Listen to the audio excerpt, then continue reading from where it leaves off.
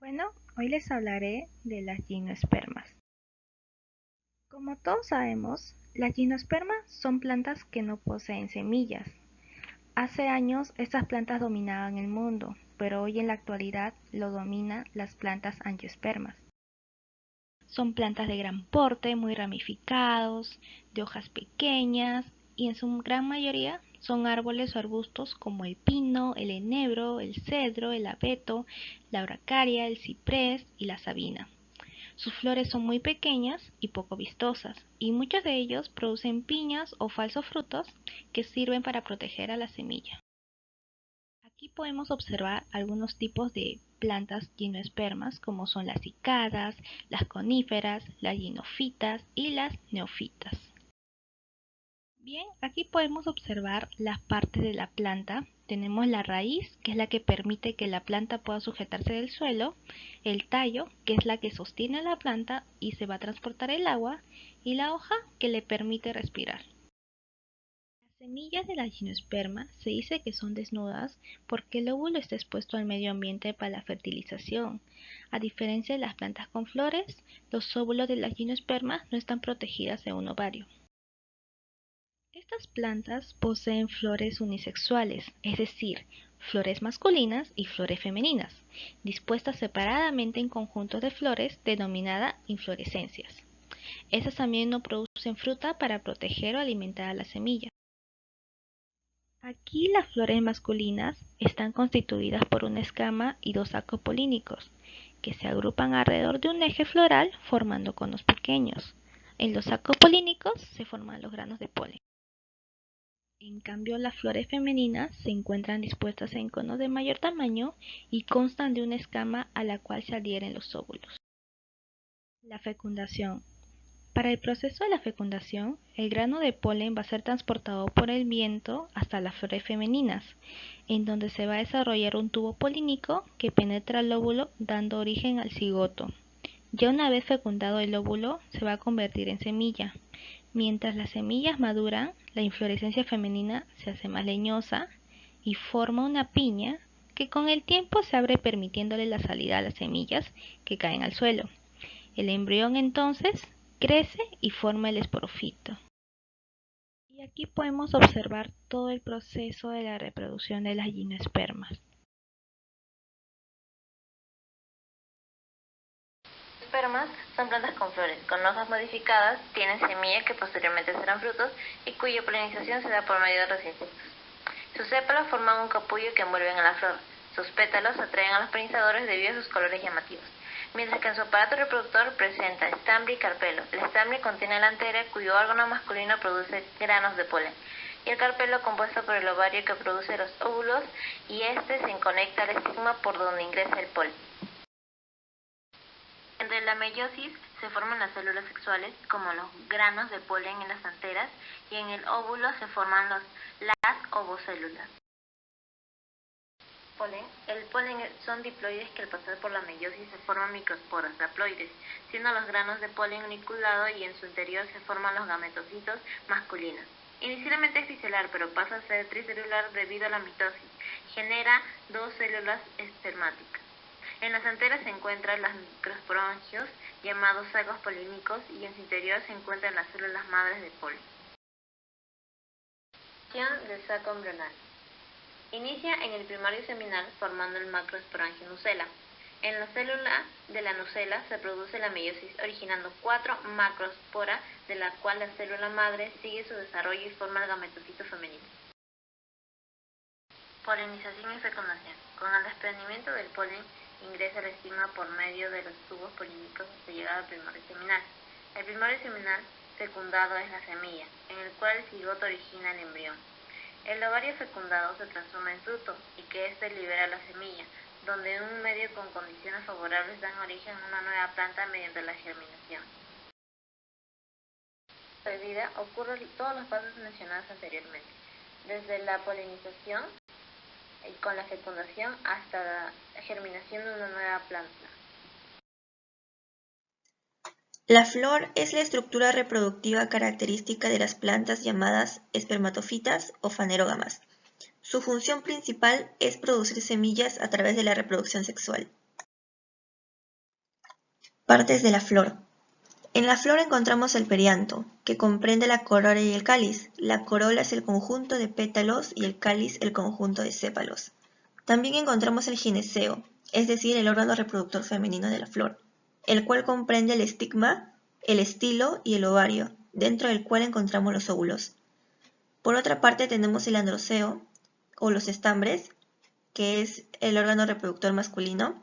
Ahí comprende la antera, en el que encontramos los granos de polen, y el filamento. Más abajo, en la parte inferior de la flor, podemos ver el eje floral, el nectario y el pedículo. El fruto. Es la estructura vegetal que se forma después de la polinización de las flores. Su misión es la de proteger las semillas y asegurar su dispersión para la propagación de la especie. Partes del fruto. El fruto está compuesto por la semilla y el pericarpio. La semilla comprende el endospermo, el embrión y el tegumento. Por otro lado, el pericarpio comprende el endocarpio, que es el tejido que protege las semillas, el mesocarpio, cuyo grosor varía dependiendo del fruto, y el epicardio, que está formado a partir de la piel externa del ovario. El fruto se divide en carnosos y secos. Los carnosos presentan un pericarpio blando y los secos se caracterizan por tener una apariencia seca y dura. Dentro de los carnosos encontramos a las bayas, cuya pared es jugosa y carnosa como la del tomate, los espiridios, que presentan carnosidades entre la semilla y la pared, como es el caso de los cítricos. También encontramos drupa, cuya pared es carnosa y presenta hueso, como el durazno. Encontramos también al pomo, en el cual la pared rodea dos semillas, como el caso de la manzana, y los frutos colectivos, como el caso de la fresa. Los frutos secos se dividen en dehiscentes e indehiscentes. Los dehiscentes se caracterizan porque se liberan semillas por sutura en la pared del fruto, como es el caso de la arveja, y los indehiscentes, la pared es dura y fusionada con la semilla, como es el caso del maíz. Las semillas. Las semillas son el embrión de la planta que ha alcanzado la madurez y se encuentra en estado de vida latente. Según su especie, este tiempo puede variar y las semillas germinarán cuando encuentren las condiciones ambientales adecuadas. Una de sus propiedades son sus mecanismos de dispersión, el cual le da la capacidad para la supervivencia de la especie, ya que en algunos casos la planta madre no permite desarrollarse a las plantas hijas, entonces tienen que estar en distintos ambientes.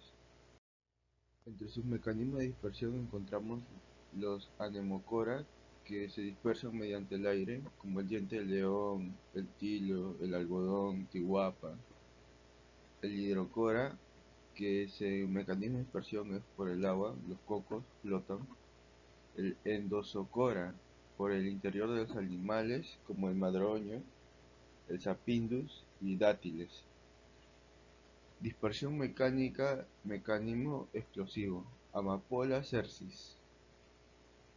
Antroposocora, mediante la dispersión del hombre, los frutos en general. Actualmente hay bancos de germoplasma o bancos de semillas. A nivel mundial, el que más sobresale es el que está en el Polo Norte y garantiza el futuro de la flora en el planeta, ya sea en plantas agrícolas como en plantas que están siendo amenazadas por el hombre, ¿no?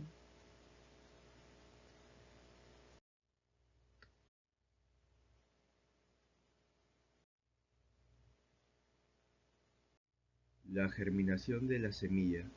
Para la germinación de las semillas se tomará en cuenta los factores ambientales más importantes como la temperatura y la humedad, no siendo tan importante la luz, y su proceso es que primero sale la radícula, que es la raíz primaria, y posteriormente salen los cotiledones, que son las hojas primarias, ¿no? Puede ser uno o dos, depende de la especie. Y el hipocótilo, que debajo comenzará a desarrollarse y dará lugar al tallo. Entre la germinación se encuentra la hipogia, cuando los cotiledones permanecen debajo de la tierra, mientras que en el epígea permanecen por encima.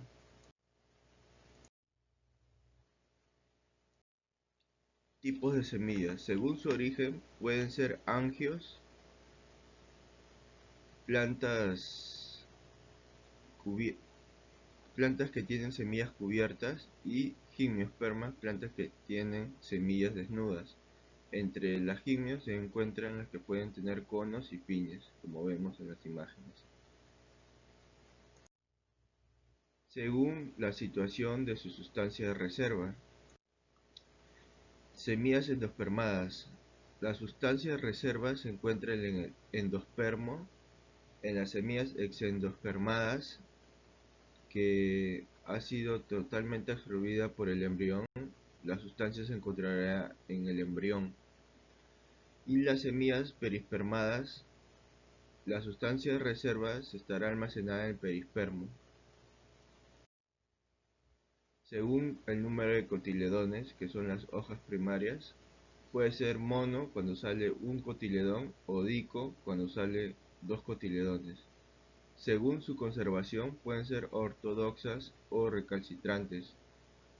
En las ortodoxas tienen gran durabilidad, resistencia a distintas condiciones, mientras que en recalcitrantes no duran mucho y no resisten a duras condiciones adversas. Según su fruto, pueden ser semillas de granos, pseudocereales y leguminosas. Gracias. Polinización. ¿Qué es la polinización? La polinización es el proceso de transporte del polen de una flor A hacia otra flor B. Este transporte de polen se lleva a cabo desde los estambres de una flor hacia los estigmas de otra flor. Es ahí donde produce la germinación y fecundación, haciendo así posible la producción de semillas y frutos. Ahora, se van a preguntar qué son los estambres, pues son los órganos florales masculinos. ¿Y qué son los estigmas? Son los órganos florales femeninos. Clases de polinización. Tenemos dos tipos de clases, la polinización directa y la polinización cruzada. En este caso vamos a comenzar con la directa, también llamada autopolinización o autofecundación. Aquí el polen de las anteras de una flor son transferidos a los estigmas de la misma flor.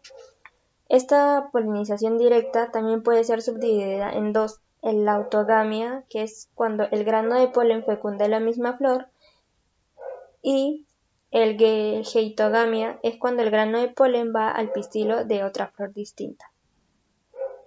En la polinización cruzada son cuando los granos de polen son transferidos desde la flor de una planta hacia la flor de otra planta. Todo esto depende de un agente polinizador, puede ser de manera biótica como abiótica. Formas de polinización. Tenemos la polinización artificial, que es con ayuda del ser humano, y la polinización natural es la cual se produce sin intervención del ser humano. En la polinización directa sucede cuando el grano del polen llega solo desde el estambre al estigma de la flor. La polinización cruzada es cuando el polen se transporta de una planta a otra a través de un vector externo, ya sea biótico o abiótico. Tenemos la polinización biótica, es la que lleva a cabo gracias a los agentes polinizadores bióticos, tales como insectos, aves o animales. En la polinización abiótica es la que se lleva a cabo gracias a la intervención de agentes polinizadores abióticos, ya sea el viento o el aire o el agua.